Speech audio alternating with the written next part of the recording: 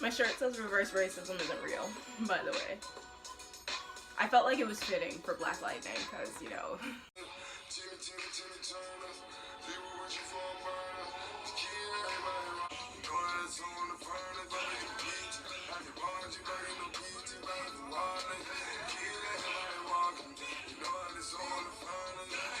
Hey, what's up guys, it's Cher, and we had the season finale of Black Lightning last night, and it was amazing. It was one of the best season finales I have seen in such a long time. But I didn't post any videos last week because I bought a camera and the camera doesn't work. So I was trying to get it to work like all last week and it didn't work, and now I'm gonna return it and send it back, which is why I'm still videotaping on my phone. So that's why I didn't post any videos last week. But if you are looking for a Black Lightning review, since I haven't done one for last week, please go check out HB Gibson. He does the Black Lightning after show. It is amazing. He does so much cool editing, and they're amazing videos. My Black Lightning twin is just on fire. So make sure you check out his videos since I didn't post any last week. So here we are. It's been 13 amazing weeks. Every week there was a new episode of Black Lightning, and now we're finally at the end. And everything kind of came together so well. So, like, let me just give you a quick little recap of what happened last week. Lynn and Jefferson did the do. They kind of got back together. There was a lot of electricity in the air and in the body. You'll feel me?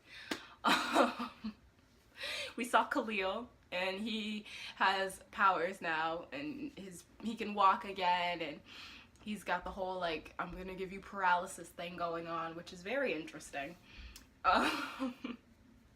Tobias is out here still being a villain, you know, he's out and about, and now everything has come together. There's a Trump supporter, and it, like, and it's so funny because most TV shows talk about it so quietly that they, like, don't agree with, like, President Trump. We literally had a villain of the entire show, the entire series, the entire season say, let's make America great again, and then he got his ass beat. So I think that says a lot, you know. We also had people, like, just in the show talking about how the government put crack and drugs into the hood and then took them out and then started, like, putting everyone in jail, like we talked about so much. And this show is just so politically woke, it almost scares me. Like, the way that this show is handled, how it's done, it's all just, like, mind-blowing to me. Like, I just can't believe they're willing to push so many buttons and limits, and it's amazing. It's literally amazing. But that's enough lollygagging. Let's actually talk about the episode. Okay, let's go. I think the entire part, like the entire best part of this entire episode was Jennifer. The thing is, I've already told you guys, like, I am so far up China McClain's ass. I watch everything that she's in and I adore her. And she's one of my favorite actresses, like, of the age, to be honest, because she's just been in the game for so long. I genuinely do feel like she's the best actress on the show, especially when you compare her acting to Anissa's. I feel like she's just on another level, and then her character is so incredibly, like, young and, like, childish in a way. You really get to see her grow up, and she uses her powers in this episode, and it's all to save her family. You can tell she's such a, like, ride or die human being for the people that she loves and cares about. It actually brings tears to my eyes. She just wants everybody to be good. She wants her family to be okay. She wants to be okay. And if anyone tries to disrespect her or her family or put her family in danger, she's coming at you.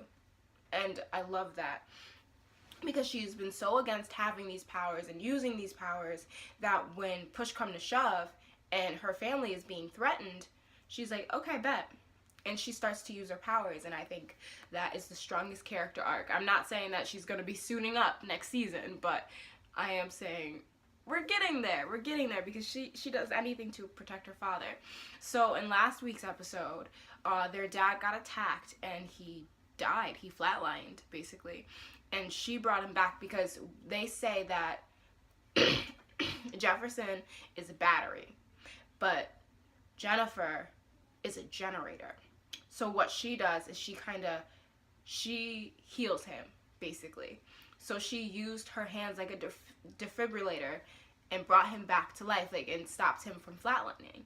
And then in this episode, when he does finally wake up after having this beautiful moment with his dad where he apologizes for being Black Lightning and for all of the violence, and his dad saying it's not your time to die yet, you need to come back home, she also gives him back his powers, because when he woke up he didn't have his powers and he couldn't make them work. But he needed his powers because the ASA was finally discovered where they were, even though they were in the family's cabin. And they figured out where they were, and they were coming for them all. And Jennifer started up his powers again. She got really emotional. Her powers flared up. She was engulfed in flame. And she gave her dad a hug because he wanted to go out there without his powers to save them all. And she got his powers back. And then, along with that, while she was in the house with Lynn and Gamby, while Thunder and Black Lightning were out there, you know, kicking butt, she also got to take out a bad guy with her powers as well, and I just thought that was really cool. And I just love that arc. She's, like, it probably takes a lot out of her to use her powers because she doesn't necessarily know how to use them yet, how to use them correctly. So when she used her powers, it probably took a lot out of her. You could see her, she was kind of, like, loose afterwards, like kind of falling over and stuff. But when she was hugging her mom and she saw one of the bad guys coming for her, she used her powers so quick and she put her hands up and she stopped the guy. I was like, oh yeah. Jefferson got to talk to his dad, and I thought that was really precious. The thing is with this episode, because they were pulling everything together and everything came together so beautifully, we got to see some flashbacks. We got to see like how his powers started, Gamby's relationship with Daddy Pierce, and how everything came together, and how Gamby had been watching Jefferson, and how his powers first flared for the first time, and then how long it took afterwards for them all to come together and to just for him to become Black Lightning. And even then it took a lot of time. And when he wasn't dead, like he was like in a coma. He was like in a coma state, that's what we're gonna call it. He got to see his dad, Stairway to Heaven was playing, and they were just like having a moment. Like they got to talk and stuff, and to watch your father die in front of you, like I could never imagine that. So then for him to have that moment where he got to talk to his dad and be in his family home with everything that was once there, it was really tender, and I cried. I actually did cry. I was like, oh, I'm so emotional. Oh my god, oh my god. And it was so tender, and I love that. And I think that moment was really necessary because it shows so much of where Jefferson has come and how he's grown up and how he has become a lot like his father, because a lot of the stuff that he does comes from his dad, and I thought that was really tender, and it shows off a lot of his personality, which I really like agreed with. We also got to learn more about my favorite villain, Cyanide, my little angel of death. She finally spoke. She's never spoken in any episode until this one. And like, it's weird. She has like this weird accent. I feel like I thought it was an accent. I don't know, because we haven't really heard her talk that much. Homegirl has an accent. They were talking about how she was an orphan and she was undernourished and wasn't well fed, and then Tobias took her under his wing, and you know, he kind of raised her and then taught her to be an assassin, and that's why she's so fearless, because she's been doing it for such a long time, since she was 8. She's got to be like 27 now, I'd say I'd put her around like 23 to 27. I'll put her in that little, you know, age gap. And she's so cool. Like, I hate to say it because she's a villain, but she has so much power and so much strength. Even though she wasn't speaking in most of her time on the show, like, I was captivated by her. I was like, who is this beautiful woman who is just out here kicking ass? Like, I just was like, I was shocked. I was completely shocked. So when she spoke, I was like, oh. So Lala might be dead again. I don't know. The ASA picked him up during their rogue operation. They were looking for Tobias, but they knew they probably weren't going to be able to find Tobias, so they found Lala. So Tobias is the person who brought Lala back to life, even though he also killed him. And then he also knows that Lala is being haunted by all of the people that he's killed. And he says this phrase, something about the devil, like the devil will claim you. And Lala stops everything he's doing, and he's stuck, and he can't move, and he's just like frozen. And Tobias gives him orders. And so the ASA picked up Lala because they know that was the way to find Tobias. So then when they kept asking Lala, like, where is Tobias, he would try to tell them, but he physically couldn't because Tobias had control over him, and like he can't do anything that Tobias wouldn't allow. So then he starts choking and coughing, and I think he's about to like bite off his own tongue. That's what I thought he was doing, but in reality he was pulling out like a bomb, if that makes any sense at all. So like he bombs the room, and the bomb was like in his throat and his mouth, and he bombs the area, and he never walked out of the facility. So that means either he's dead or he's dead for a minute and then he's gonna wake up, and then those people that were also in the room that could have died, maybe they're gonna be haunted too, like they're gonna haunt Lala. I don't know. But Lala's a really interesting character, especially now that he's like back to life, and like Lawanda was on his chest and his cousin's on his chest. I really hope that he comes back and he continues to work with like Tobias and Khalil and Cyanide and the whole shebang. I feel like I have never liked villains as much as I do the villains in Black Lightning. Because the thing is, it's like most of the time when you have a villain, you're just like, can this villain just die already? I don't necessarily want Tobias to die. I don't necessarily want Cyanide to die. And then what really gets me about the whole Khalil situation, I'm like, why don't they just cover up his spinal cord? Like, they put all that stuff in his spine and then they just left it wide open. How much infection do you think he's gonna get? So much infection. The thing about Black Lightning is that the music in Black Lightning is just so lit for no reason at all. Like, there's no reason for the music to go as hard as it does. And then bringing in like Timmy Turner by Designer, like during the fight scene, like, are you kidding me? Bro, are you kidding me? Like, they just...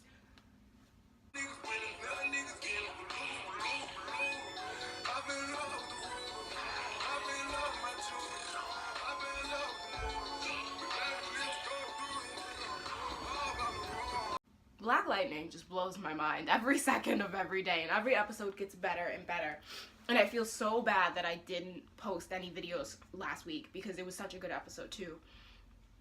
And then we see Jennifer, and she's talking to Gambi about Khalil, and she really thinks that he can change and he can come back from this. And Gambi's like, no, he's working with Tobias now. Even if he didn't necessarily choose that, he chose to walk. He's still working with Tobias, which means he's not gonna be a good guy for you, for me, or for, you know, anyone in Freeland, because he's out here and he's causing trouble. And I thought that was really cool. I like to see them I like to see the family talk to Gambi and interact with Gambi because he is a part of the family, and I genuinely do believe that. Even though he was working with the ASA at the time, he did give the info to Daddy Pierce, and even though it got Daddy Pierce killed, like, it was coming from a good place. So I just thought that was really, you know, tender. No one figured out that the vice principal is evil, and that bugs me. Like, that's the only, like, loose end that they left the series with, like, the season with. Because no one found out that the vice principal was like working with the bad guys. We also got all the kids. We didn't necessarily get them out of the pods, but we got them out of the ASA's hands. And then we also found out that it actually wasn't the ASA. It was a rogue operation run by, you know, the Trump supporter. I don't know his name. It's Proctor, I think. I hope it's Proctor, because then I just sound stupid if it's not Proctor.